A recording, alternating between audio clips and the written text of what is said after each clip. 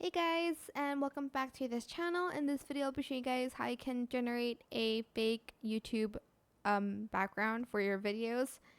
So go to Canva, go to Elements, select AI image generator, generate your own, and you're going to select these styles. I'm just going to select none, but you can see there's a bunch of styles that you can choose from.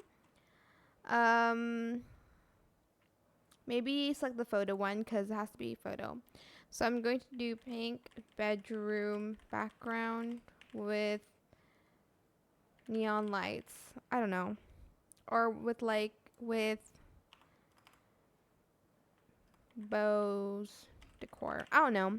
And you can also adjust the aspect ratio, select generate image, and it's going to generate the background for you. You can also use other websites like Pexels or stuff like that, but it's pretty much the same for most of these websites. You just insert what you want to generate. And here they will give you a bunch of options you can choose from. I'm going to just add these. And you can even generate the images again if it's not up to par.